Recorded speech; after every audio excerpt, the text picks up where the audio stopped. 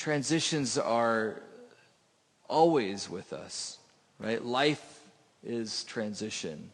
That's something that's a quotable phrase, right? Life is transition. It's a series of transitions.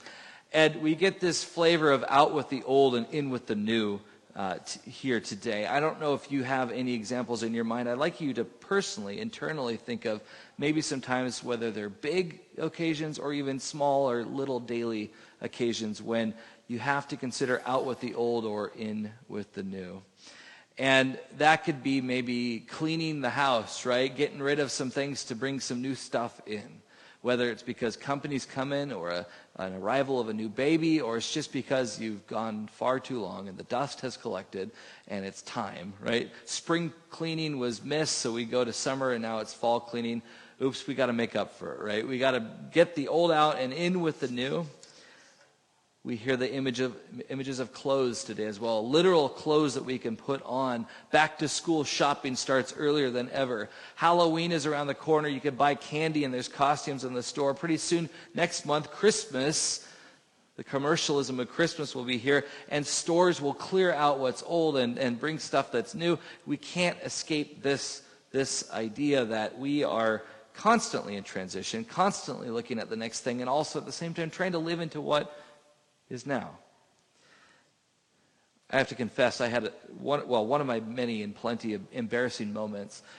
For those of you who know me, you'll know this, but if you don't, I'm a very clumsy person, and not only am I clumsy, but I can't fix anything. I can destroy stuff pretty well. I can make messes. I can deconstruct, but the reconstructive part is difficult for me, right? And that comes to the point where I am not a handy person. I could live in the world of ideas and the abstract, and when it comes to tinkering with things, you'd be better off just having me be emotional support, standing next to the person who knows how it's done. And that's been the case my entire life. So it is with embarrassment that I confess that my car is getting older and more experienced, I'll say, right? It's a well-loved, experienced car, right? And so the oil needs to be changed more frequently. The engine light comes on. There's a lot of things going on with it, just like our bodies, right? We have issues going on. So do our mechanics. Cars are a big part of our lives. And my car sucks out oil so fast that I got this bigger amount of oil and thought, well, hey, this thing's really depleted. I'm just going to fill this thing right up. And I overdid it. So my car, when I turn it on, it's blowing smoke out. My wife is giving me eye roll city, right? She's getting good practice exercising the eye muscles is what I meant to say. And so I had to get it fixed. But in order to get it fixed, I had to have it drained, right? Out with all the old stuff because the oil that was existing was already getting black and gross. And you can already tell I'm at the limits of my terminology here when it comes to cars. And so this just happened, right? This wasn't, learning how to drive or anything like that. This happened this summer. And so the car had to be completely drained of this oil and replaced with new and the right amount of oil in order to get back into working shape. So that's my confession.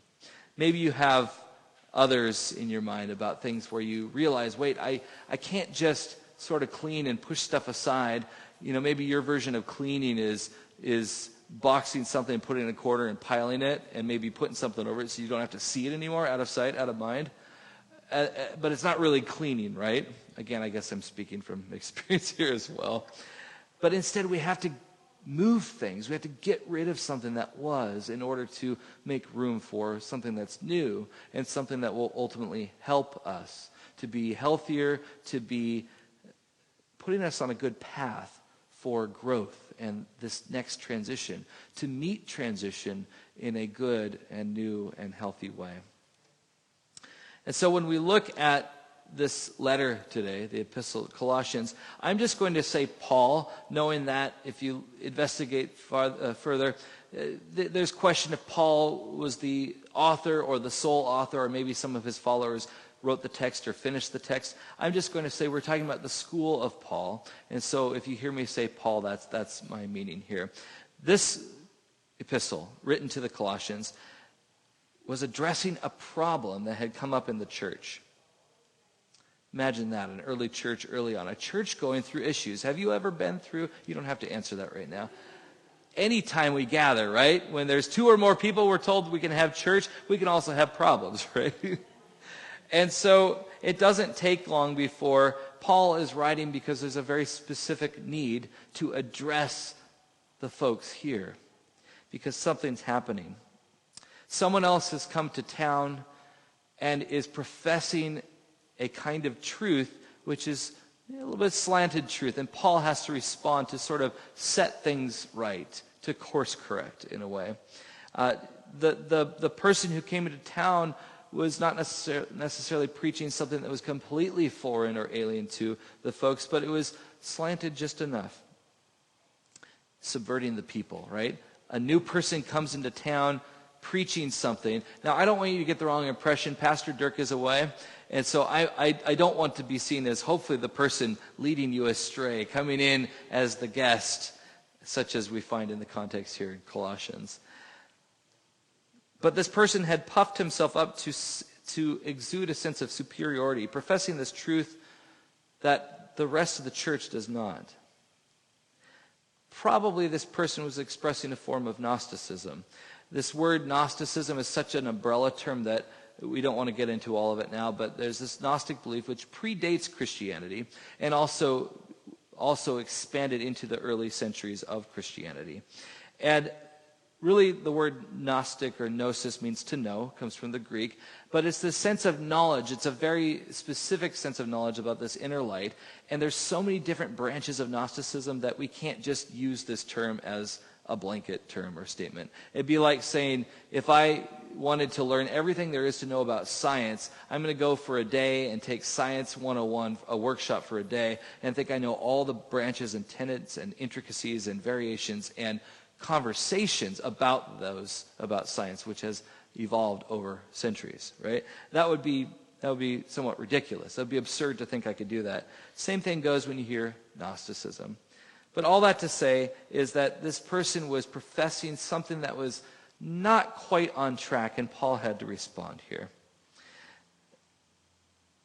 Paul, as I said, is not there to address the folks specifically.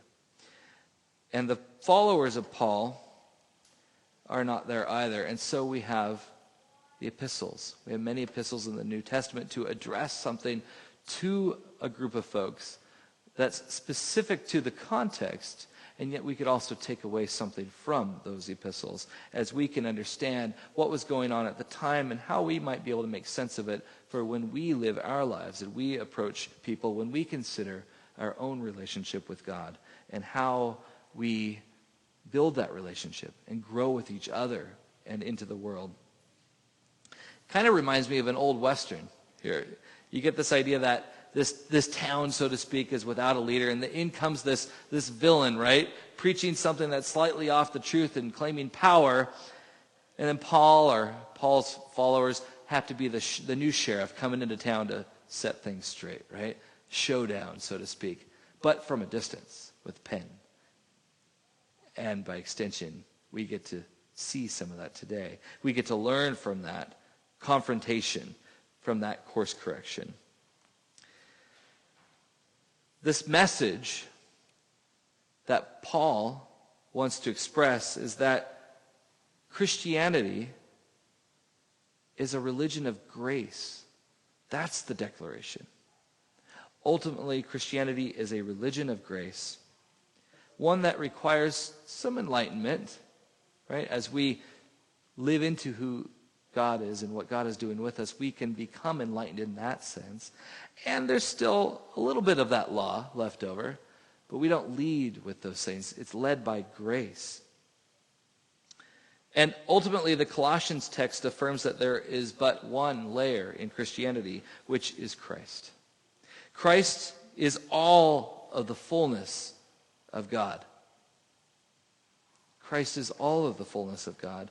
And so as Christians, we can follow an ethical life, not by merely submitting to regulations, but by making the choice of following Christ and then being raised with him to a new life in the Spirit, which is symbolized in our baptism. And then we may choose to walk by the Spirit in our new life as we live into what John Wesley called the path of sanctification, that sanctifying grace, right? Not the love that came before, not even just the love that when we became awakened to the knowledge of Jesus Christ and how much God loves us and that we say yes to that, but then the next step, living into that path, living into God's grace. As we walk in the flesh, we may be tempted to live in the ways of our old life, the way that we used to live, but we are called to live into this new life. Our old self has died and our new self has been raised. That's what's talked about here in this third chapter of Colossians. And today's passage reveals this background, brings us to this conflict. There's this divide that we might continue to find ourselves wrestling with our old selves and what our new selves are supposed to be. Christ, it said, stripped off the demonic powers at his resurrection, and that you have stripped off the old self with its practices and have clothed yourself with the new self. What does that mean, though, to clothe ourselves with the new self? Paul continues beyond this text today, still in Colossians chapter 3, but he adds that we clothe ourselves with compassion, kindness, humility, meekness, and patience. We bear with one another, and if anyone has a complaint against another, forgive each other, just as the Lord has forgiven you, so you also must forgive. Above all, clothe yourselves with love, which binds everything together in perfect harmony. We had that assurance of pardon earlier in worship today, that assurance of this forgiveness, that we are forgiven. We must also forgive, as difficult as it is to do, as difficult as it is to live in our old self, our old clothing, to resist that, to not know how to forgive, but instead to live into something new and radical like this love and forgiveness that Jesus talks about, that God calls us to live into. And this verse about forgiveness also echoes the Lord's Prayer, which we will be reciting together in a few short moments. Sometimes that's one of those things where it might be the centering point of worship in the week for you, Lord's Prayer. For others, it might be another way of repeating some of those words, and we can kind of lose some of that power of what that is. But this verse may be a reminder, and as we read the Lord's Prayer aloud together, that forgiving one another is also living into the commandments of loving your neighbor as yourself. In Colossians 3:16, we are told to let the word of Christ dwell in you richly. To let the word of Christ dwell in you richly. We are not just living in the hope that since Christ is raised, that we will be assured a place in heaven. As if that's all the story is. There's an old self mindset there. I just got to get what's mine and get out of here, right?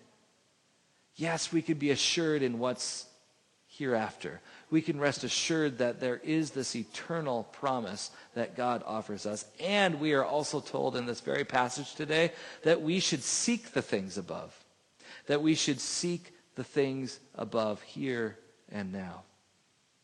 We are not just called to try better, give it your best shot, but instead we're told to put to death those previous things that have torn us apart and kept us down in our own relationships with God and with each other. As much as it's a reminder, a symbolism of our baptism, living into this, we're also reminded to celebrate the other sacrament in a few minutes today, the sacrament of communion. In that moment, we need to hear and we need to live into daily. And it's a great reminder, this tangible reminder, as we do it together in this community, that we hold closely to each other. We hold closely to this unity. As we celebrate communion, we celebrate the open table. So all are welcome. Yet we still need to remember to put behind us those old or maybe persistent and unhealthy behaviors and replace them with what Paul writes about today as we approach that very table. It is an open table, and it bears great weight as we approach it. We get to remember, we get to be thankful, and we get to fuel ourselves for the day and the week ahead as we consider putting on these new clothes as we face the world and all that the Spirit is leading us into. May it be so. Amen.